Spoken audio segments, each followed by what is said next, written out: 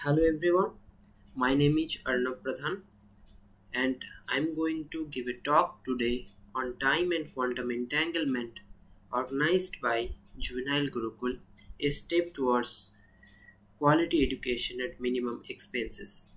It is their third year anniversary of this organization, so I am very glad to give a talk under this organization.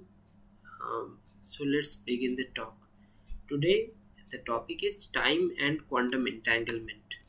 So I'm going to mainly focus on time and then we'll touch upon the topic quantum entanglement a little bit as it received Nobel Prize in Physics in 2022, and we'll basically focus on time and then we'll see how it is connected to quantum entanglement, and we'll just briefly see the connection and the topic.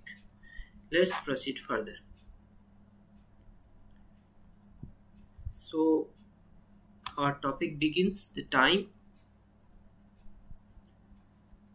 আমরা প্রায়ই বলে থাকি আমাদের হাতে সময় কম, সময় এসো, অনেক সময় আগে ওটা হয়েছিল, আসছে সময় এটা হবে, এই সময়ের আগে এটা হয়েছিল, বা এই সময়ের আগে এটা করতে হবে, পরীক্ষা 3 ঘন্টা ধরে হবে। এইভাবে আমরা ডিফারেন্ট ভাবে সময়কে রিপ্রেজেন্ট করে থাকি, মানে আমরা ডিফারেন্ট সেন্টেন্স বিভিন্ন সেন্টেন্সে আমরা এভাবে সময়কে ইউজ করে থাকি, সময়ের কথাকে আমরা বলে থাকি। এগুলোর মাধ্যমে আমরা কি বোঝাতে চাইছি? প্রতিটা সেন্টেন্সের মাধ্যমে আমরা কিছু একটা বোঝাতে চাইছি। তো এটা কি বোঝাতে চাইছি ওইটা আমরা দেখে নেব। অনুভূতির দিক দিয়ে এটা পরিষ্কার, মানে আমরা ফিল করতে পারি হোয়াট ইজ টাইম, মানে সময় আসলে কি, বা এই যে কথাগুলো আমরা বলছিলাম স্লাইড 1-এ যেগুলো দেখানো হলো, ওই কথাগুলো আমরা ফিল করতে পারি, মানে সেখান থেকে আমরা বলতে পারি যে সময় আসলে কি। কিন্তু অ্যাকচুয়ালি কি আমরা জানি সময় আসলে কি? সম্ভবত আমরা উত্তরটা জানি না, কারণ আমাদেরকে যদি জিজ্ঞেস করা হয় এখন যে সময় আসলে কি, তাহলে হয়তো আমরা এর সঠিক উত্তরটা দিতে পারবো না, বা আমাদেরকে অনেক ভাবতে হবে। তারপরেও যদি আমরা কোনো রকম একটা ডেফিনেশন জোগাড় করে বলতে পারি, তাও আমরা নিজেদের ওপর কনফিডেন্ট নই যে কতটা সঠিক ওই ডেফিনেশন, বা আমরা সময় আসলে কি জিনিসটা উত্তরটা ঠিকঠাকভাবে জানি না। মানে আমরা অনুভূতির দিক দিয়ে জানি, we know what is time, অনুভূতির দিক দিয়ে জানি, তাই ওই স্লাইডের 1-এর কথাগুলো আমরা বলছিলাম, বাট উই ডোন্ট নো, মানে আমরা তবুও ডিফাইন করতে পারবো না হোয়াট ইজ টাইম। ফাইনম্যান বলেছেন সময় হচ্ছে যা ঘটে যখন অন্য কিছু ঘটে না। Time is what happens when nothing happens. This is what Feynman said about time. কিন্তু সময় আসলে কি? আসুন সাথে মিলে অন্বেষণ করার চেষ্টা করি। Let's try to figure out what time actually is. আমাকে বিশ্বাস করুন, এখনো পর্যন্ত কেউ জানে না সময় আসলে কি। এটি পদার্থবিজ্ঞানের সবচেয়ে জটিল প্রশ্নগুলির মধ্যে একটি।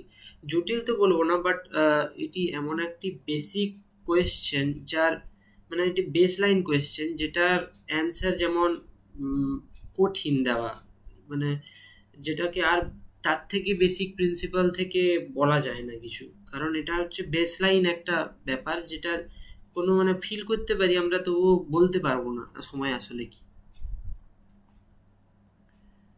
আইনস্টাইন, এবার দেখে নেবো যে আইনস্টাইন টাইম সম্পর্কে কি বলেছিলেন। আইনস্টাইনের একটা ওয়েব সিরিজ আছে, সেইখান থেকেই ক্লিপটা নেওয়া। সো দেখা যাক এই ক্লিপটা। टाइम क्या है? ये बड़ा सीधा सा सवाल है जो कि रिलेटिविटी को समझने के लिए जरूरी है। इसकी वजह से मेरे बाल भी सफेद होते जा रहे हैं। जब हम मोशन के बारे में बात करते हैं तो उसे टाइम से जोड़कर बताते हैं, जैसे 10 मीटर्स पर सेकंड, 100 किलोमीटर पर आवर। लेकिन वेलोसिटी का मैथमेटिकल डिस्क्रिप्शन तब तक डिबेटेबल है जब तक कि हम डिफाइन न कर ले टाइम को। क्या टाइम यूनिवर्सल है, या फिर यूं कहें कि पूरी गैलेक्सी में एक ही टिक टॉक सुन सकते हैं, जैसे कि एक बड़ा सा मास्टर क्लॉक हो, बिल्कुल मोज़ार्ट के मेट्रोनोम की तरह। और फ्रेंड्स, इसका जवाब है नहीं। टाइम एब्सोल्यूट नहीं है। इनफैक्ट हम सारे पढ़े लिखे फिजिसिस्ट के लिए भी पास्ट, प्रेजेंट और फ्यूचर का फर्क महज एक धोखा है। তো এটা হচ্ছে আইনস্টাইন যেভাবে টাইমকে বলেছিলেন, ওই ওয়েব সিরিজ আছে জিনিয়াস নামক একটা ওয়েব সিরিজ আছে, ওই ওয়েব সিরিজে তিনি ওই ওয়েব সিরিজ থেকে ক্লিপটা নেওয়া বেসিক্যালি। তো যতগুলো কথা এখানে বললেন প্রত্যেকটা কথা ইম্পর্ট্যান্ট এবং প্রতিটা কথা আমরা ডিটেলসে দেখব যে অ্যাকচুয়ালি এইসব কথাগুলো কেন বলা হচ্ছে, কেন পাস্ট প্রেজেন্ট ফিউচার একটা merely an illusion, why is it, সব কিছুই আমরা ডিটেলসে দেখব। এখন আসুন আবার মনোযোগ দিয়ে দেখি স্লাইড 1-এর ওই বাক্যগুলির মাধ্যমে আমরা কি বোঝানোর চেষ্টা করছি। এইগুলো স্লাইড 1-এর বাক্যগুলো ছিল, জাস্ট এগুলো আবার দেখবো আমরা। 1 আর 6-এর দ্বারা আমরা কিছু একটা পরিমাপ করছি, তাই না? কিন্তু কি পরিমাপ করছি? সময়। 1 আর 6-এর বাক্যগুলো দেখাও। আমাদের হাতে সময় কম মানে কোনো কিছু পরিমাপ করে আমরা বোঝানোর চেষ্টা করছি যে ওইটা কম আছে আমাদের কাছে। পরীক্ষা 3 ঘন্টা ধরে হবে, তো কিছু একটা মেজার করার জিনিস মেজার করার কথা বলছি আমরা। তো কি মেজার করার কথা বলছি? ওইটাই হচ্ছে টাইম, যেটাকে আমরা বলি টাইম। নেক্সট, 2 এবং 5-এর দ্বারা আমরা কোথাও পৌঁছানোর কথা বলছি, কোনো কিছু বয়ে যাওয়ার সাপেক্ষে। সময়ে এসো, কোথাও আসতে গেলে সময়ে এসো, মানে কিছু একটা পেরিয়ে যাচ্ছে, তারপরে আসবে মানুষটা, ওই রকম বলা হচ্ছে। এই সময়ের আগে এটা হয়েছিল ওটা হয়েছিল, তো কিছু একটা তো বয়ে যাচ্ছে, যেটার দ্বারা বলা হচ্ছে যে ওই টাইমে আসো বা ওই কাজটা করো ওই এত সময়ের পর, এরকম বলা হচ্ছে। নেক্সট, 3-এ আমরা বলছি কিছু একটা পেরিয়ে গেছে এবং ঘটনাটি কিছু একটা জিনিসের একটা নির্দিষ্ট পরিমাণে হয়েছে।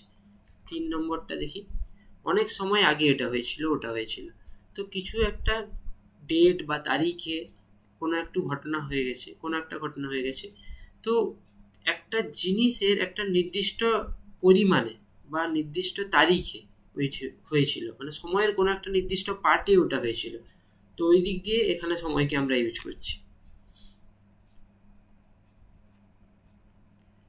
4-এ আমরা বলছি কিছু একটা জিনিস আসবে, কিন্তু কি আসছে, সময় এটা হবে ওটা হবে, সেন্টেন্সটি ছিল এইটি। তো কিছু তো একটা বয়ে চলেছে বা কিছু একটা পেরিয়ে যাচ্ছে সব সময়, ওইটাই আমরা বোঝানোর চেষ্টা করছি, বা কোনো একটু পরিমাপ করার চেষ্টা করছি কোনো একটু সেন্টেন্সে বলার চেষ্টা করছি যে এইটা পেরিয়ে যাবে, তারপর এইটা হবে, বা ভবিষ্যতে এইটা হতে যাচ্ছে। এখন এত কিছু এগুলো সব আমরা ফিল করি, মানে অ্যাকচুয়ালি সেন্টেন্সে ইউজ করার সময় আমরা এগুলো ফিল করে বলি, মানে সময়কে এভাবে আমরা ইউজ করি বা ফিল করে বলি। এখন আমরা সময়কে সংজ্ঞায়িত করার বা ডিফাইন করার, টাইমের ডেফিনেশন আমরা প্রথমবার ট্রাই করব। প্রথমবার আমাদের এইসব সব কিছু নিয়ে আমরা যেটা ফিল করি ওর উপর বেস করে সময়ের ফার্স্ট ডেফিনেশন আমরা দিতে প্রস্তুত।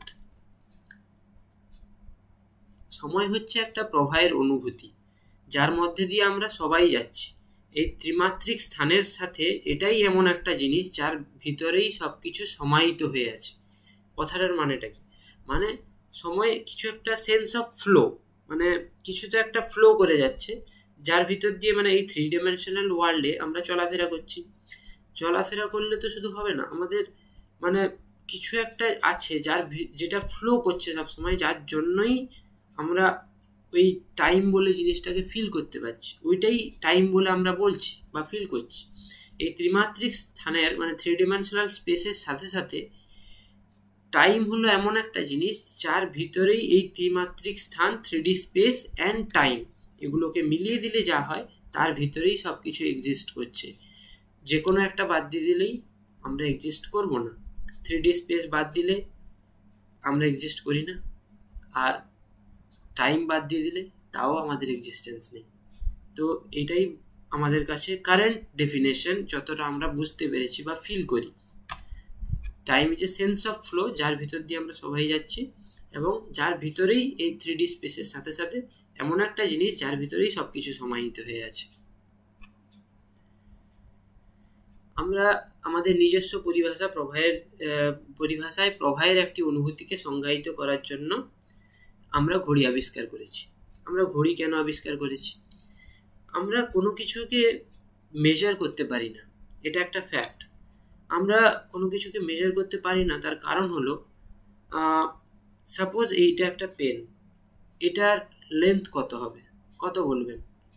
1 মিটার? 1 মিটার তো না, এটা 10 সেন্টিমিটার। 10 সেন্টিমিটার হলে how do you sure this is 10 centimetre? আমরা একটা স্কেল ডিফাইন করেছি যে এতটা লেন্থ হলে আমরা বলবো তাকে 1 সেন্টিমিটার, তার উপর বেস করে আমরা বলছি এটা 10 সেন্টিমিটার। কিন্তু আমরা আলাদাভাবে যদি ডিফাইন করতাম, যদি আমরা এতটাকে 1 সেন্টিমিটার বলতাম, তাহলে লেন্থ ডিফারেন্ট হতো। তো আমরা কোনো কিছুকে মেজার করতে পারি না unless we define a unit, যার দ্বারা আমরা একটা মেজারমেন্ট ডিফাইন করি। আমরা অলওয়েজ মেজারমেন্টকে ডিফাইন করি, আমরা মেজারমেন্ট কোনো কিছুর করতে পারি না। তাহলে আমরা ঘড়ি কেন আবিষ্কার করলাম? Why we invented clock? Because we need to compare the time elapsed between two events.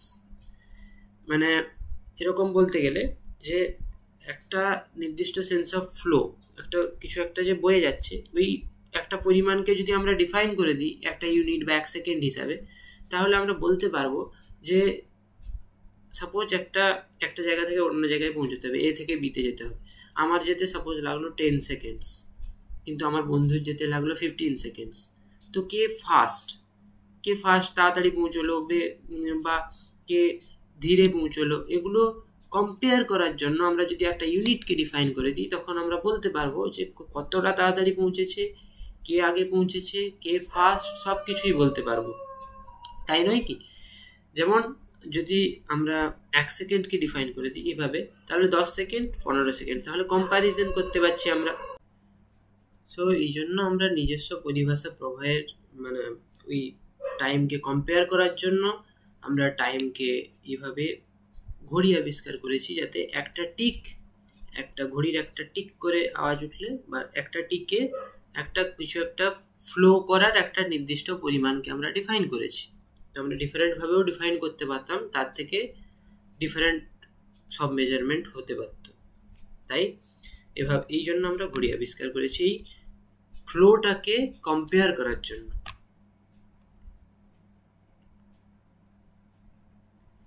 এই ঘড়িতে একটি টিক হচ্ছে, এটাই আমরা সময় হিসাবে অনুভব করি, তাই নয় কি? সময় সবার ক্ষেত্রে সমানভাবে কাটে। Time is absolute. This is what Newton said. Time is absolute. That means that what we are experiencing as time, everyone experiencing the same. That means that suppose we are spending a day on earth, everyone spending a day in earth, no one is spending more than a day or less than a day on earth on the same মানে যদি আমরা same ভাবে বলি, same সব কিছুই রাখি, তাহলে আমরা বলি যে আমি যদি 24 ঘন্টা টাইম কাটাচ্ছি পৃথিবীর উপর, তাহলে সবাই 24 ঘন্টা কাটাচ্ছে, কেউ বেশি কম কাটাচ্ছে না। এইভাবেই এই সেন্স দিয়েই বলা হয়েছে টাইম ইজ অ্যাবসলিউট। সময় সবার ক্ষেত্রে সমানভাবে যায়, মানে ওই ফ্লোটা কারো ক্ষেত্রে বেশি বা কম হয় না, ওই ফ্লোটা সবার ক্ষেত্রে uniform. Time is absolute. This is what Newton shed.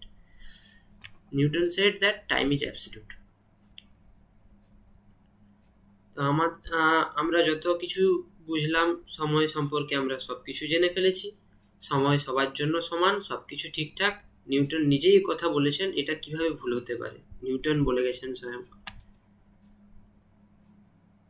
এখানেই আসল মজার শুরু, কারণ ইতিহাসের সবচেয়ে বড় বিজ্ঞানীদের মধ্যে একজনও ভুলও হতে পারেন, আর এটাই স্বাভাবিক। This is what is science. মানে সবারই, যে কোনো একজন বড় বিজ্ঞানীও ভুল হতে পারেন, আর সেখান থেকেই সায়েন্স ইভলভ করে, নতুন থিওরি ডেভেলপ করার মাধ্যমে, নতুন ইনভেস্টিগেশনের মাধ্যমে, নতুনভাবে একটা সিচুয়েশন বা একটা এক্সপেরিমেন্ট বা একটা ফ্যাক্টকে নতুনভাবে অ্যাপ্রোচ করার মাধ্যমে বা রিয়ালিটিটাকে নতুনভাবে দেখার মাধ্যমে আমরা ডিফারেন্টভাবে এক্সপেরিমেন্টাল রেজাল্টস পাই। সেখান থেকে কিছু থিওরি ভুল প্রমাণ হয়ে যায়, সেখান থেকে নতুন থিওরি ইভলভ হয় বা নতুন থিওরি রিকোয়ারমেন্ট হয়। This is science. সো ভুল হওয়াটা স্বাভাবিক ব্যাপার, আর এটাই হওয়া উচিত। আর অ্যাকচুয়ালি সায়েন্স যদি ইভলভ হতে হয়, আর যদি আমরা নেচারের সব থেকে বড় লগুলো ফাইন্ড করতে চাই বা সব থেকে অ্যাকিউরেট লগুলো ফাইন্ড করতে চাই, তাহলে ভুল হওয়াটা স্বাভাবিক। আর এতে কোনো ভুল হলে কোনো খারাপ না এটা।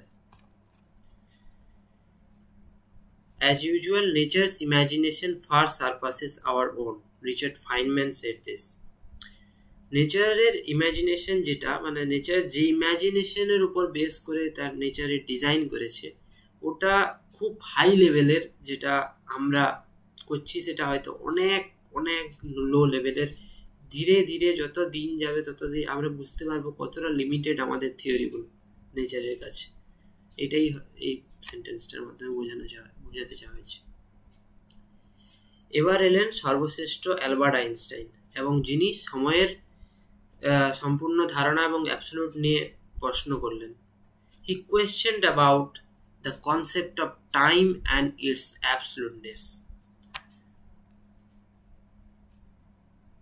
কিছু সাধারণ এবং সরল অনুমান নিয়ে তিনি দিলেন তার বিশ্ববিখ্যাত special theory of relativity in 1905, যা সময় এবং স্পেস নিয়ে আমাদের ধারণা সম্পূর্ণভাবে বদলে দেয়। স্পেস অ্যান্ড টাইম দুটো আলাদা জিনিসের কোনো অস্তিত্ব নেই। This is what special theory of relativity said. তো আমরা যে এতক্ষণ ধরে বলছিলাম যে সময় কি সময় কি সময় কি, তিনি এসেই বলে দিলেন যে আমরা 3D স্পেস আর টাইমকে যে আলাদা আলাদাভাবে দেখছিলাম, এরা আলাদা আলাদা জিনিসই নয়। সময়ের কোনো সেপারেট অস্তিত্বই নেই, সময় জিনিসই এক্সিস্ট করে না এক কথায় বলতে গেলে। বরং 3D স্পেস এবং টাইম মিলেমিশে একাকার হয়ে একটাই জিনিসের মধ্যে যাকে আমরা বলি 4D স্পেস টাইম। সময় হলো সেই চতুর্থ ডাইমেনশন। স্পেশাল থিওরি অফ রিলেটিভিটির সিদ্ধান্তগুলি হলো, প্রকৃতির নিয়মের ফর্মগুলি সব রেফারেন্স ফ্রেমে অভিন্ন। The forms of all natural laws remains same in all inertial reference frames, and শূন্যস্থানে আলোর গতিবেগ সমস্ত জড়ীয় ফ্রেমে একই মান c থাকে। জড়ীয় ফ্রেম মানে inertial frame. So speed of light remains constant in every inertial frame and it has the value of c.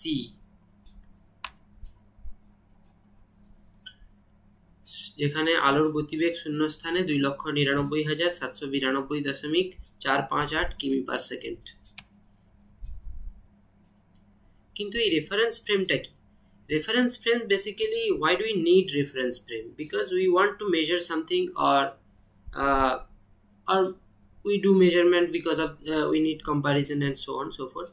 But what is reference frame? Reference frame is basically a coordinate axis with xyz axis and a clock to measure keep track of time. এটি একটি ঘড়ির সাথে স্থির একটি স্থানাঙ্ক অক্ষ, যেখানে একটি পর্যবেক্ষক একটি ঘটনা পর্যবেক্ষণ করে, from where one observer observes some event. Reference frame দুই প্রকার: জড়ত্বীয় frame, inertial frame. Inertial frame is basically where Newton's law is valid. Newton's second law of motion, that is F equals to ma, is valid in inertial frame. Or we can say the otherwise that in a frame where the Newton's second law is valid, it's called inertial frame. অজড়ত্বীয় frame, non-inertial frame, Newton's law is not valid. In a frame where Newton's law is not valid, if is decidedly not equal to ma, is called non-inertial frame. Special theory of relativity, length contraction. যেহেতু আলো এক স্থান থেকে অন্য স্থানে যেতে সময় নেয়, তাই চলমান দৈর্ঘ্য গতির থেকে সংকুচিত হয়, একেই দৈর্ঘ্য সংকোচন বলে। সাপোজ একটি পেন, এই পেনটি স্থির অবস্থায় আছে, এই স্থির অবস্থায় লেন্থ সাপোজ 10 সেন্টিমিটার। এবার স্পেশাল থিওরি অফ রিলেটিভিটি বলে, যদি আমরা এই পেনটাকে মুভ করাই, এটা যদি মুভ করছে, এটা আমরা দেখি, তাহলে এর লেন্থ স্থির অবস্থায় যা আছে তার থেকে ছোট হয়ে যাবে। আমরা দেখব যে এর লেন্থটা শর্ট হয়ে গেছে, মানে 10 সেন্টিমিটার ছিল, পেনটা একই আছে, সব কিছুই একই আছে, জাস্ট শর্ট হয়ে গেছে, মানে লেন্থটা কন্ট্রাক্ট করে গেছে, এটা হচ্ছে লেন্থ কন্ট্রাকশন। লেন্থ কন্ট্রাকশনের ফর্মুলাটা হচ্ছে এই যে L naught is rest length. So যখন স্থির অবস্থায় একটা বস্তু আছে তখন তার যদি মেজারমেন্ট করা হয় তাহলে তার লেন্থটা হচ্ছে এল নট। আর ওই পেনটা যদি ভি স্পিড নিয়ে মুভ করে তাহলে তার লেন্থ হবে এল নট, স্থির অবস্থায় যা লেন্থ ছিল, Times √/over 1 minus v square over c square, where v is the speed of this object and c is the speed of light and L is the length of the moving pen as observed by me, or who is saying that this is with this velocity this pen is moving this v. The person who is measuring the v is saying basically the length of the pen is L. Time dilation আপেক্ষিক গতির কারণে or due to relative motion দুটি ঘটনার মধ্যে সময়ের ব্যবধান ভিন্ন হতে পারে। চলমান ঘড়ি একটি স্থির ঘড়ির চেয়ে ধীর গতিতে চলে। একটি চলমান ঘড়ির এই ধীর গতিতে চলাকে বলা হয় সময় প্রসারণ বা time dilation. So suppose you are sitting in your room and watching this video and a wall clock is there, so you are watching a elapsed some time before in 1 minute. So there is a sense of flow, or there is a quantity of sense of flow which is flowing between 1 minute of interval of time in the wall clock, and you are watching a clock also its interval in 1 minute, but it is in a car frame where the car is moving along with the clock with some velocity. If the velocity is very high or close to light, a speed of light, then you will see the time which is needed to complete 1 minute of that clock on the car is much greater than the time which is needed to complete 1 minute in the wall clock, because the moving clock runs slow, and this is also due to the fact that the speed of light is constant in every inertial frame. And এই আপেক্ষিক গতির কারণে তাহলে বলতে গেলে যে যেটা ঘড়িতে একটা ক্লক মানে কারে যেটা ক্লকটা আছে ওইটার 1 মিনিট কমপ্লিট হতে সাপোজ 1 মিনিট 30 সেকেন্ড লাগলো ওয়াল ক্লকের, তাহলে বলবো আমরা যে কারের যে ঘড়িটা আছে ওটা ধীর গতিতে চলছে। এই ধীর গতিতে চলা হচ্ছে time dilation. Time dilation formula is delta t prime equal to delta t divided by √1 minus v square over c square, where delta t is the time interval between two events. Suppose এক মিনিটের কাঁটা 12 ঘর থেকে এসে আবার 12 ঘরে এলো, তো ফার্স্ট ইভেন্ট ইজ 12 ঘরে ছিল, আবার 12 ঘরে ফিরে এলো, এটা সেকেন্ড ইভেন্ট। তো time interval between two events is in the rest frame where you are sitting is delta t, and in time interval which is happening on the moving frame, or যেটাতে তুমি দেখছো যে ওই ক্লকটা move করছে, so এখানে time ইন্টারভ্যালটা delta T prime, and এটা যদি ভি স্পিডে মুভ করে তাহলে এটার ফর্মুলাটা হচ্ছে delta T prime equals to delta T divided by √1 minus v square over c square, where v is the speed of the moving clock. And since v is always less than c, so the denominator will be always less than 1, and that means that delta t prime will always be greater than delta t. That is, moving clock will run slow. Example of time dilation simultaneity. আমাদের সামনে দুটো বোমা একসঙ্গেই বিস্ফোরিত হলে এটি অন্য কারোর জন্য একসাথে বিস্ফোরিত নাও হতে পারে। সাইমুলটেনিয়াসনেস একটা আমার জন্য যদি একটা ইভেন্ট দুটো ইভেন্ট সাইমুলটেনিয়াস হয়, অন্য কারোর জন্য নাও হতে পারে। একটা নেক্সট এক্সাম্পল দিলেই সেটা ক্লিয়ার হয়ে যাবে। সাপোজ দুটো বোম আছে আমাদের কাছে, বম নাম্বার 1, বম নাম্বার 2, এবার যদি অবজারভার 1 আছে যার থেকে বম নাম্বার 1 আর বম নাম্বার 2 এর ডিস্টেন্স সেম, সো লাইট এখান থেকে বম নাম্বার 1 থেকে ট্রাভেল করে অবজারভারের কাছে আসতে যা টাইম লাগবে, বম 2 থেকেও আসতে সেই একই টাইমই লাগবে। সুতরাং বম 1 আর 2 যদি একসঙ্গে ফাটে তাহলে অবজারভার 1 দেখবে যে দুটো একসঙ্গেই ফেটেছে। From my frame, if I say that bomb 1 and 2 exploded at the same time, then observer 1 will notice that the two event of exploding bomb number 1 is one event and exploding bomb number 2 is second event. Observer 1 will notice that both event occurred simultaneously, whereas observer 2 will notice that bomb number 1 exploded first and then bomb number 2, because the length, the separation between bomb number 1 and the observer 2 is less than the separation between bomb number 2 and observer 2. So light will take lesser time to reach the observer 2 from bomb number 1 and will take greater time in case of bomb number 2. So he will see, observer 2 will see that bomb number 1 exploded first and then he will see that bomb number 2 exploded.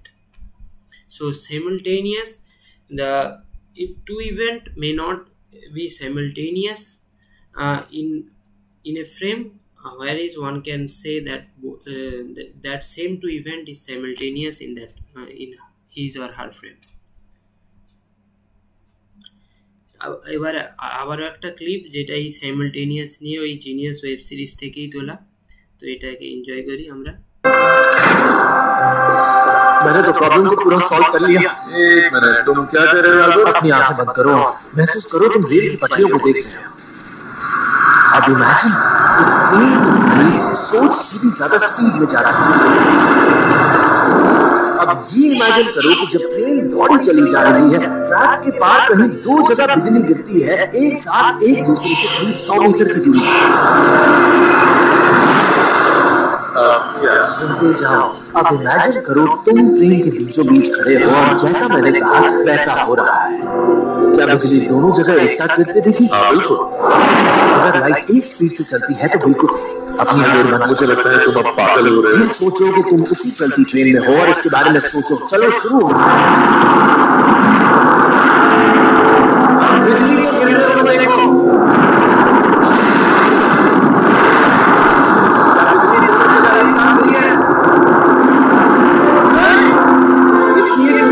बिजली की तरफ और दूसरी से दूर जा रहे हैं। मैं तो एक जगह खड़ा हूं, मेरे लिए वो एक साथ गिरे। तो तुम मुझे बताओ कि हम दोनों एक ही इवेंट को अलग अलग तरह से कैसे देख रहे हैं? ऐसा नहीं हो सकता जब तक, इसका मतलब है मैक्सवेल की बात गलत नहीं थी, न्यूटन की थी। ये क्या कर रहे हो? ये टाइम एब्सोल्यूट नहीं है। क्या बात है? मैं ये पेपर देखता हूँ, अब वो मुझे कैसे इग्नोर कर। So time is not absolute. আমরা সেকেন্ড যেটা আমরা বলতে চাই যে আমরা যা দেখি তা অতীত দেখি, কেবলমাত্র আমরাই আমাদের নিজেদের সাপেক্ষে বর্তমান মুহূর্তে আছি। এমনকি আপনি আমার সঙ্গে যদি কথা বলেন সামনে এসে, তাহলে আপনি আমার অতীতের সঙ্গে কথা বলছেন আর আমিও আপনার অতীতের সঙ্গেই কথা বলছি। হজম করা মুশকিল, বাট এটাই সত্যি যে কোনো আমার যদি সামনে একটা বস্তু থাকে, যদি আপনি কথা বলেন, তাহলে আপনি যে কথা বলছেন সেখান থেকে লাইট ট্রাভেল করে আমার কাছে আসতে কিছু ন্যানো সেকেন্ড হলেও তার ডিফারেন্স আছে। সো আমি আপনার ওই ন্যানো সেকেন্ড আগের অতীতটাকেই দেখছি এবং আপনি আমার ন্যানো সেকেন্ড আগে অতীতটাকে দেখছেন। এভাবেই আমরা সবসময় অতীতকেই দেখি আর নিজেরাই আমরা নিজেদের সাপেক্ষে প্রেজেন্টে আছি। কেউ যদি আলোর গতিবেগের কাছাকাছি গতিতে চলে তাহলে তার বয়স খুব ধীর গতিতে বাড়বে, তাদের হৃদস্পন্দনও ধীরে ধীরে চলবে। আমরা এই পৃথিবীতে 50 বছর কাটালেও এমনও হতে পারে আপনার সমবয়সী ছোটবেলাকার বন্ধু শুধু 1 বছরই কাটিয়েছে। মানে আপনি বুড়ো হয়ে গেছেন, অথচ আপনার বন্ধু এখনো ছোট শিশুই আছে, তার বয়স বাড়েইনি। এর মানে ব্যাপারটা যদি ভাবা যায় তাহলে কি হবে, সাপোজ দেয়ার আর 2 টুইন্স যাদের বয়স সেম। এবার একজন পৃথিবীতে থাকলো, একজন স্পেসশিপে করে লাইটের স্পিডের কাছাকাছি স্পিড নিয়ে স্পেসশিপ নিয়ে পৃথিবীতে ছাড়লো। তো যে পৃথিবীতে দাঁড়িয়ে আছে সে দেখতে পাবে কি, যে ওই স্পেসশিপে যে তার যমজ ভাইটা, তার হৃদস্পন্দন হার্টবিট খুব স্লোলি চলছে, ব্লাড পালসও খুব ধীরে ধীরে চলছে, এমনকি সে গ্রো করছেও খুব ধীরে ধীরে, কারণ তার কাছে টাইম অনেক স্লো চলছে। লাইটের স্পিডের কাছে চলা মানে তো একদমই প্রায় থেমে যাওয়া টাইম। সো দুজনই যদি তাদের বয়স যখন পৃথিবী থেকে ছাড়লো, দুজনের যদি বয়স সাপোজ 10 বছর ছিল, তাহলে হয়তো 70 বছর হয়ে গেল বয়স যে পৃথিবীতে আছে।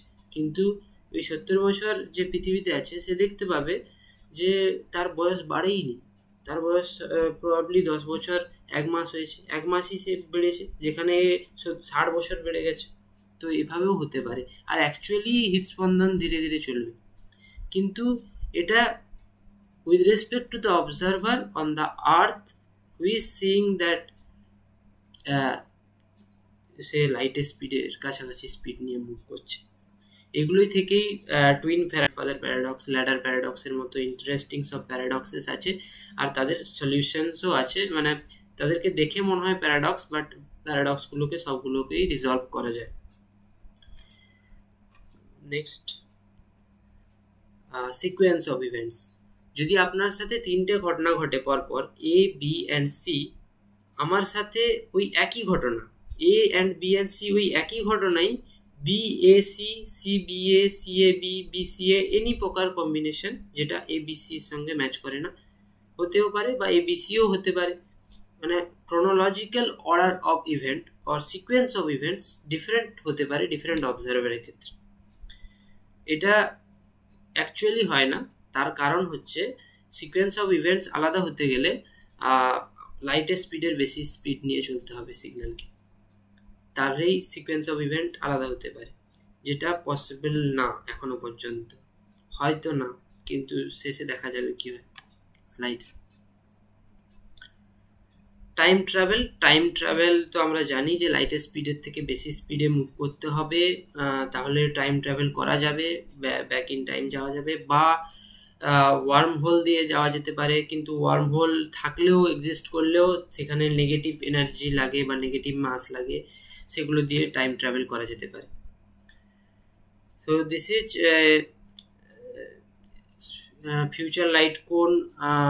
এটা হচ্ছে ফিউচার লাইট কোন, আমরা প্রেজেন্টেই rectangular hyper surface of the present space and time হচ্ছে এই অ্যাক্সিস বরাবর আমরা মুভ করে যাচ্ছি। আর এটা হচ্ছে এই limitation that we cannot exceed the speed of light. Based on that we have the cone, and এইগুলো হচ্ছে সব ফরবিডেন, কারণ আমরা লাইটের স্পিডের থেকে বেশি স্পিডে মুভ করতে পারবো না। তাহলে যা কিছুই সিগন্যাল পাঠাবো এই বরাবরই চলে যাবে, এই বরাবর বেশিরভাগ এই স্ট্রেট লাইন বরাবরই চলে যায়, কারণ স্পিড ততটা বেশি হয় না। আর যদি লাইটের স্পিড নিয়ে যাই, বা লাইটের কথা বলি, লাইট তাহলে এই বরাবর যায় ইভেন্ট, এই বরাবর ইভেন্টগুলো ক্রিয়েট হয়। তো এই হচ্ছে ফিউচার লাইট কোন। আর পাস্ট লাইট কোন ওই হিসাবে থাকে। তাহলে একটা জিনিস খেয়াল করলে দেখা যাবে যে এইখানে যেখানে ফরবিডেন জায়গাতে সব ইভেন্টগুলো হচ্ছে এখানে কিন্তু ইভেন্টও হচ্ছে, কিন্তু আমরা সেগুলো দেখতে পাবো না। তার কারণ হচ্ছে যেগুলো আমাদের লাইট কোনের ভেতরে নেই। সো কখন দেখতে পাবো আমরা? যখন এই হাইপার সারফেসটা মুভ করে যাবে উপরের দিকে, তখন কিন্তু এই বিগার পোর্শন অফ লাইট কোন উইল কভার দিস ইভেন্টস। এখন বাইরে আছে, কিন্তু তখন ভিতরে চলে আসবে একটু উপরের দিকে মুভ করে গেলে, টাইমে আমরা একটু ইভলভ করে গেলে ওইগুলো ইনক্লুড হয়ে যাবে। কিন্তু তখন আমাদের প্রেজেন্ট এতটাই চলে যাবে, হয়তো তার সিগন্যালগুলো নিচেই থেকে যাবে, আর পৌঁছবে না প্রেজেন্টে। So this is basically space like thing. এর ফরবিডেন জায়গাগুলো এগুলো হচ্ছে space like, space time interval, আর এগুলো হচ্ছে টাইম লাইক। সবকিছু এই কোণের ভেতর যতগুলো আছে সবগুলো টাইম লাইক। আর সব সারফেসেই হাইপার সারফেসের কনিক্যাল সারফেসের ওপর যা কিছুই হচ্ছে সেগুলো হচ্ছে light like. time interval. So what is true, what is objective reality? মানে আমরা দেখলাম যে দুটো ইভেন্ট যদি ঘটে তার ভিতরে ডিস্টেন্স যদি দুজন মেজার করে দুটো ইভেন্টের মধ্যে সেপারেশন কত, স্পেসের সেপারেশন কত, তাহলে দুটো অবজারভার ডিসএগ্রি করতে পারে space interval between two, since two observer don't agree on space interval between two events, time interval between two events, যেখানে বললাম যে delta t prime is equal to delta t divided by 1 minus v square over c square. So time interval same নাও হতে পারে দুটো ইভেন্টের ভিতরে, chronological order same নাও হতে পারে, but there is a quantity which is same for every observer. আমাদের কাছে দুটো ইনার্শিয়াল অবজারভার আছে যারা দুটো ইভেন্ট a and b কে অবজার্ভ করছে, সেম দুটো ইভেন্ট, বাট তারা এগ্রি করছে না space interval between two events এর উপর, time interval between two events এর উপর, আর ক্রোনোলজিক্যাল অর্ডারের উপরও তারা ডিসএগ্রি করছে। তো তাহলে হোয়াট ইজ ট্রু, কে তাহলে সত্যি, হোয়াট ইজ অবজেক্টিভ রিয়ালিটি, রিয়ালিটিটা কি আসলে? তাহলে কিছু কি আছে যেটা সব অবজারভারের ক্ষেত্রে same? Yes, there is a quantity which is same for every observer. What is that? It is causality. And based on this we see and perceive the objective reality, the causal relations, cause and effect, and the universal agreement is the space-time interval between two events. If space-time interval between two events is represented by S, and this is represented by delta x, space interval between two events a whole square minus c delta t whole square. This is space-time interval between two events. This S is same for all the observer observing the same two event. All observer, this is same. So they disagree on delta x, they disagree on delta t, but they agree on S. So what is this? So Hermann Minkowski, a former professor of Albert Einstein, noticed that this is a weird distance formula. This is valid on not 3D space, this is valid on 4D non-Euclidean space where this formula can be obtained, and he said that there is no separate 3D space, no separate time as such thing. This 4D mathematical space is space-time. There is no 3D space, there is no time separately. The 4D mathematical space where this formula is valid is 4D space-time. And the space-time is basically tenseless. So S is delta x square minus c delta t whole square. There is a subtraction, that means S can be positive, 0 or negative. When S is positive, two events are space-like. That means that delta x is greater than c delta t. That means light cannot influence, even with the speed of light, we cannot reach from one event to from event A to B, the two event which we are observing and doing the measurement of delta x and delta t. So we cannot reach with even if we are going with speed of light, and if S is 0 or negative, signals can go from one event to the other. That means A can influence B or B can influence A.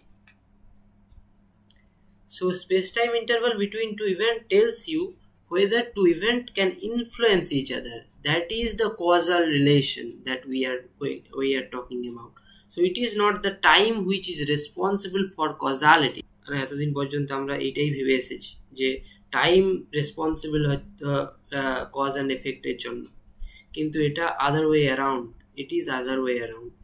it is the causality which is responsible for time, যেটা cause and effect, যেটা টাইমকে একটা নির্দিষ্ট direction দেয়। Since past, present, future, time, distance is all illusion, বললাম যে sequence of event আলাদা হতে পারে, আমরা একে অপরের পাস্ট দেখি, তো কারোর someone else's future is someone else's past and so on, এগুলো তো হতেই থাকবে। So past, present, future, time, distance is all illusion.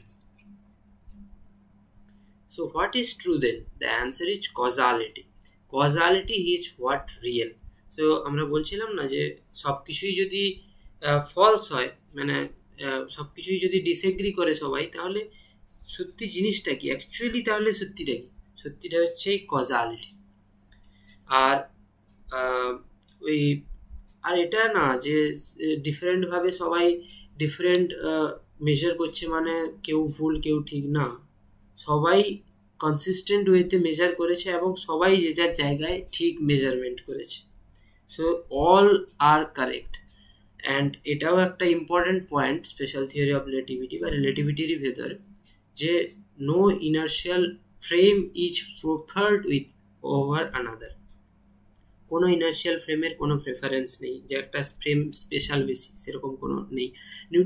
Newtonian মেকানিক্সের ক্ষেত্রে আছে, যেমন নিউটনিয়ান মেকানিক্স বলতে পারে না যে কোন মানে একটা সাপোজ একটা কনস্ট্যান্ট ভেলোসিটিতে একটা কার মুভ করছে, তাহলে কারের যদি বাইরের দিক কোনো, কারের ভিতরে বসা একজন ব্যক্তি যদি কোন বাইরের দিকটা কোনোভাবে দেখতে না পায়, তাহলে সে বলতে পারবে না সে গ্রাউন্ডে রেস্টে আছে না সে অ্যাকচুয়ালি কনস্ট্যান্ট স্পিডে মুভ করছে, আনলেস কিন্তু বলতে পারে যে সে অ্যাকচুয়ালি অ্যাক্সেলারেট করছে কিনা, ওই সিউডো ফোর্সের ব্যাপার দিয়ে সে বলতে পারে যে অ্যাক্সেলারেট করছে না গ্রাউন্ডে স্টেশনারিতে দাঁড়িয়ে আছে। ইন্টারেস্টিংলি এটা বলতে পারে নিউটনিয়ান মেকানিক্সের দ্বারা। সো নিউটনিয়ান মেকানিক্স প্রেফার করে কিছু একটা, কিন্তু আইনস্টাইন বলল না, ইনার্শিয়াল ফ্রেমের ভেতর, অফকোর্স যদিও accelerated frame non inertial, but ফ্রেমের ভেতর কোনো প্রেফারেন্স নেই। অ্যান্ড রিলেটিভিটি থেকে এটাও একটা important formula, relativistic mass M equals to M naught the rest mass, যেটা রেস্ট অবস্থায় থাকাকালীন আমরা মেজার করি মাস ওইটার, আর মুভিং যদি ওই মাসটাই মুভ করে তাহলে তার মাসটা হবে rest mass divided by root over 1 minus v square over c square. All of these were for inertial frame where the space time is flat. What will be all those things in a non-inertial frame? এটাই important সব থেকে, কারণ আমরা আমাদের পৃথিবী, Galaxy সব কিছুই accelerate করছে। Every point in space or time, everything is accelerating. একটা জিনিস খুব রেয়ারলি এমন জিনিস আছে যেটাতে ইনার্শিয়াল ফ্রেম কনসিডার করা যেতে পারে অ্যাকচুয়ালি। কনস্ট্যান্ট স্পিড নিয়ে খুব রেয়ারলি কিছু জিনিস আমরা অ্যানালাইজ করতে পারি। সো যেটা মোর জেনারেল জিনিস, যেটা সবসময়ই ঘটে থাকে, সেটা হচ্ছে এক্সেলারেশন, ডিএক্সেলারেশন, এগুলোই। সো সেগুলোর জন্য ফ্ল্যাট স্পেস টাইম ওয়ার্ক করবে না, শুধু কনস্ট্যান্ট ভেলোসিটির জন্যই ফ্ল্যাট স্পেস টাইম ওয়ার্ক করে। অ্যান্ড এক্সেলারেটিং ফ্রেমের জন্য তখন নন ইনার্শিয়াল ফ্রেম হয়ে যাবে, আর সেক্ষেত্রে কি হবে ওইটাই দেখার জিনিস। Here general theory of relativity enters into the picture and we will no longer have flat space-time, rather we will have curved space-time. From the Einstein's equivalence principle, gravity and acceleration is same thing, and mass or energy creates space-time curvature.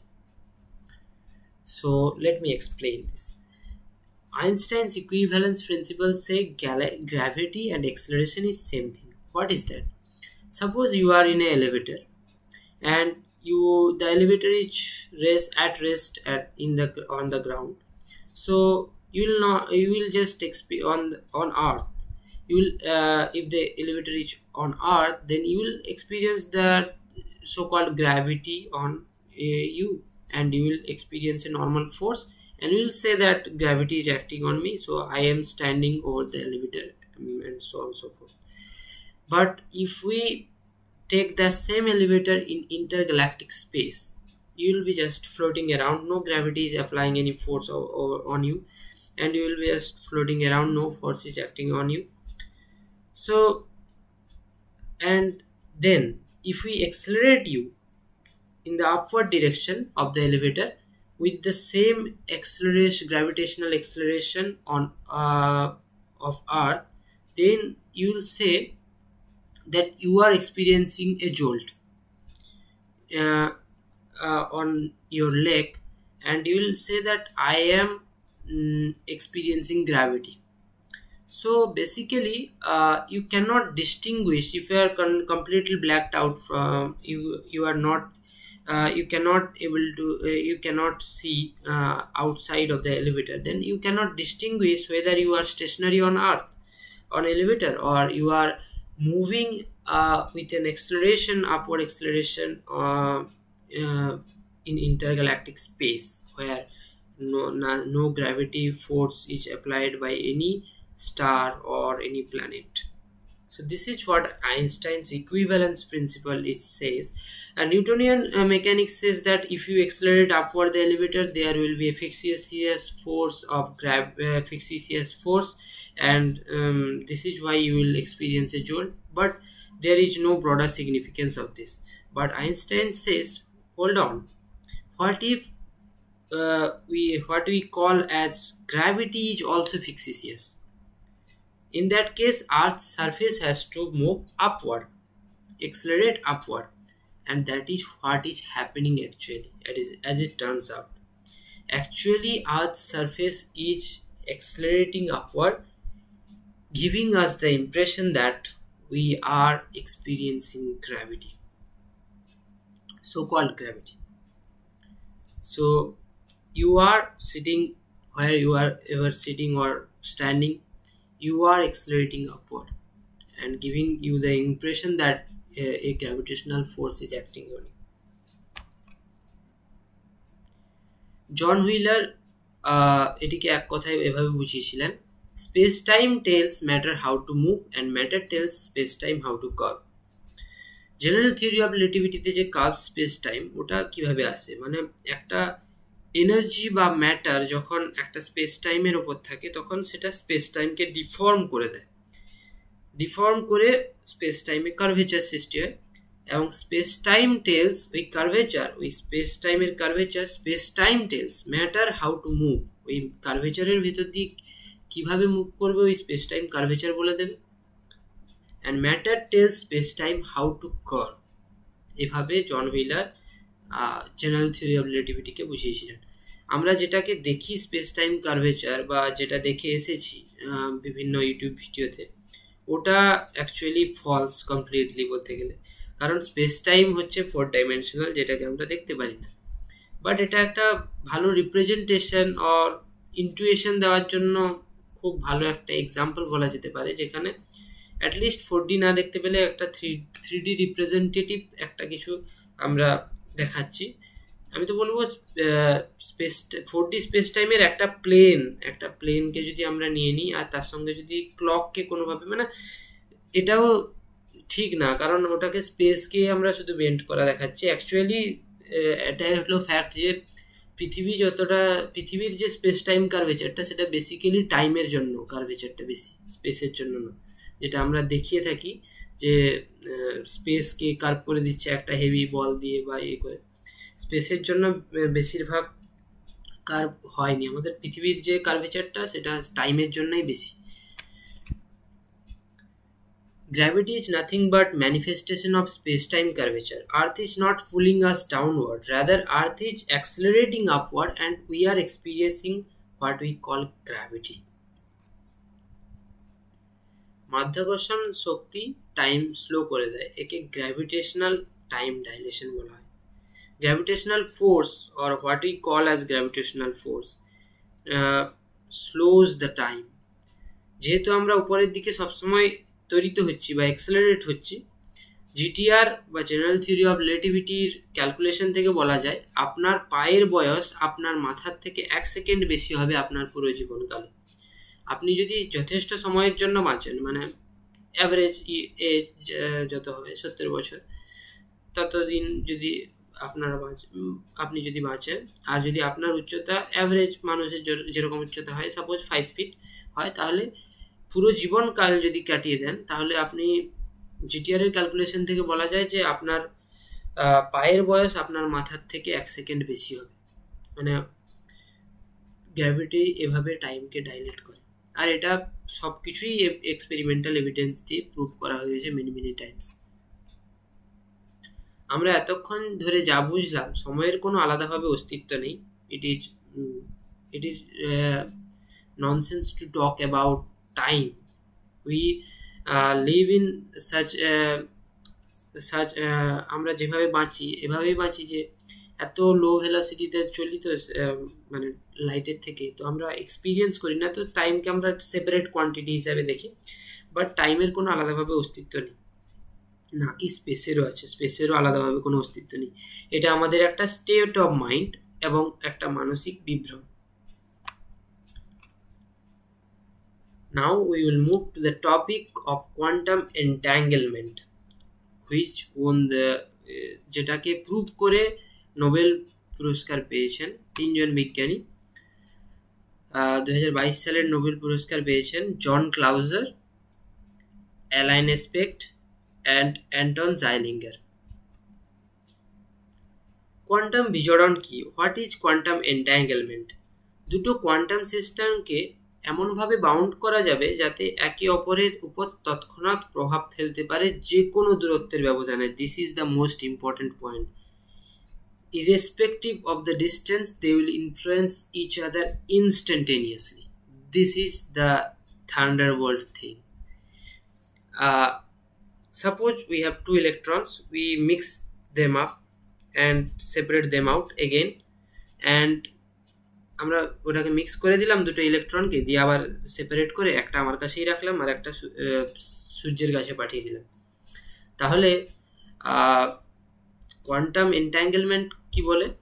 যে আমরা যদি এই ইলেকট্রনটাকে কিছু করি, তো quantum মেকানিক্সের rule অনুযায়ী ওই কোয়ান্টাম মেকানিক্যালি বাউন্ড দুটো পার্টিকেল এর রুল হিসেবে যদি আমরা একে কিছু এফেক্ট ফেলি, তার যা এফেক্ট বাউন্ড ওই পার্টিকেলটা হওয়ার কথা ইনস্ট্যান্টেনিয়াসলি হবে। মানে সূর্য থেকে পৃথিবীতে আলো আসতে কত সময় লাগে? 8 minute 20 second. So at least 8 minute 20 second তো যাওয়া উচিত না, ইনস্ট্যান্টেনিয়াসলি 0.00001 সেকেন্ডও যাবে না, একদম ইনস্ট্যান্টেনিয়াসলি এফেক্ট ফেলবে। এখানে থাকা ইলেকট্রনের যদি আমি কিছু করি, তাহলে এখানে যদি এটাকে গরম করে দিই, সাপোজ কোয়ান্টাম মেকানিক্সের রুল ফর এক্সাম্পল ধরেই নিলাম, ওখানে ঠান্ডা হবে, তো ঠান্ডা হয়ে যাবে সেখানে ইনস্ট্যান্টেনিয়াসলি। এখানে গরম করছি, সেখানে ঠান্ডা হয়ে যাবে। এটাই হচ্ছে মোস্ট শকিং জিনিস, যেটা প্রুভড হয়ে গেছে। This is why physics is so interesting. Quantum entanglement is true, যেটা আইনস্টাইন কোনোদিনই মানতে পারেননি, এটাকে ফলস বলে বলেছিলেন আইনস্টাইন। কারণ আইনস্টাইনের পুরো থিওরি বেসড আপন যে কোনো কিছুই লাইটের স্পিডের থেকে ফাস্ট ট্রাভেল করতে পারবে না, এটা তো infinite speed. So Einstein declined this thing completely, and যারা প্রুভ করেছেন তারা পুরো আইনস্টাইনকে ভুল প্রমাণ করে দিয়েছেন। ইভেন রিচার্ড ফাইনম্যানও যখন ফার্স্ট টাইম, এই তিনজন বিজ্ঞানীর মধ্যে একজনই রিচার্ড ফাইনম্যানের কাছে গিয়েছিলেন, তো রিচার্ড ফাইনম্যান তার অফিস থেকে বার করে দিয়েছিলেন এসব আইডিয়া শুনে, যে এরকম কোনোদিন হতে পারে না, যা এখান থেকে এরকম অফিস থেকে। তো রিচার্ড ফাইনম্যানও রং ছিলেন আর আইনস্টাইনও। মানে এটা খুবই, মানে কি বলা যায়, এটা খুবই মানে ইউনিক যে এরকম একটা জায়গায় কোয়ান্টাম মেকানিক্সের যিনি মানে one of the pillar of quantum mechanics, Richard Feynman, and সব মানে ফিজিক্সেরই পিলার বলতে গেলে অ্যালবার্ট আইনস্টাইনের সব থিওরি, দুজনই এক জায়গায় একটা থিওরির ওপর বলছিলেন। So what will happen to Einstein's theory of relativity, special and general theory of relativity? তো বলা যেতে পারে একটু সংকটে হয়তো আছে, পরবর্তীকালে হয়তো এরকম বেরোবে, বাট অন্য দিক দিয়ে ভাবতে গেলে এখনো বলা যেতে পারে যে সেফলি আছে। কারণ এটা কোয়ান্টাম মেকানিক্যালি বাউন্ড, এরকমেও general theory of relativity work করে না কোয়ান্টাম মেকানিক্সে। তাই আমরা কোয়ান্টাম গ্র্যাভিটি আবিষ্কার করার চেষ্টা করছি বা ডিসকভার করার চেষ্টা করছি, যেটা এখনো পেরে উঠতে পারিনি। But general theory of relativity এরকমেও কোয়ান্টাম রেলমে ওয়ার্ক করতো না। আর এটা কোয়ান্টাম বাউন্ড কণা নিয়েই সে বেরোলো। But one important thing is that speed of light exceed করে গেল, ইনফাইনাইট স্পিড এখন ইনফ্লুয়েন্স করতে পারছে over any distance quantum mechanically bound কণা। মানে একটা মিল্কি ওয়েতে একটা ইলেকট্রন আর যদি অ্যান্ড্রোমিডাতে আর একটা ইলেকট্রন যদি রেখে দেওয়া হয় quantum which are quantum mechanically bound, they can influence each other instantaneously. এত লাইট ইয়ার্স দূরে আছে, সো সিগন্যাল কবে থেকে সেখান থেকে লাইট আসবে, সেখান থেকে তারপর জানতে পারবো এত লাইট ইয়ার্স আগে কি হয়েছিল ওখানে, ওইসব দরকার নেই এখন। এইটা হয়ে গেলেই কোয়ান্টাম মেকানিক্যালি যদি দুটো বাউন্ড পেয়ে যাই ব্যাস। কিন্তু এটা পাওয়াটা এতটা সোজাও নয়। আর সো আইনস্টাইনস থিওরি তার জায়গায় ঠিকই আছে, এখনো অ্যাপ্লিকেবল ছিল না আগে কোয়ান্টাম মেকানিক্সে। General theory of relativity, special theory of relativity তো অ্যাপ্লিকেবল ছিল, বাট কিন্তু এখনো একটা অবজেক্ট লাইটের স্পিড থেকে বেশি স্পিড নিয়ে যাওয়া পসিবল এখনো হয়ে ওঠেনি, আর সেটা হয়ে উঠতে পারেও না। বাট কোয়ান্টাম মেকানিক্যালি এভাবে সিগন্যাল ইনফ্লুয়েন্স করা, এটা ইনফাইনাইট স্পিডে এটা পসিবল হয়ে গেল। So any question or queries you can ask me in the comments, so I'll do my best to answer them. This is the acknowledgement.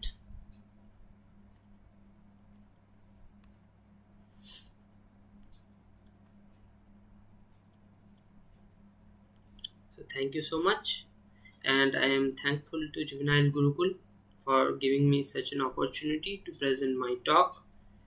And goodbye, stay safe.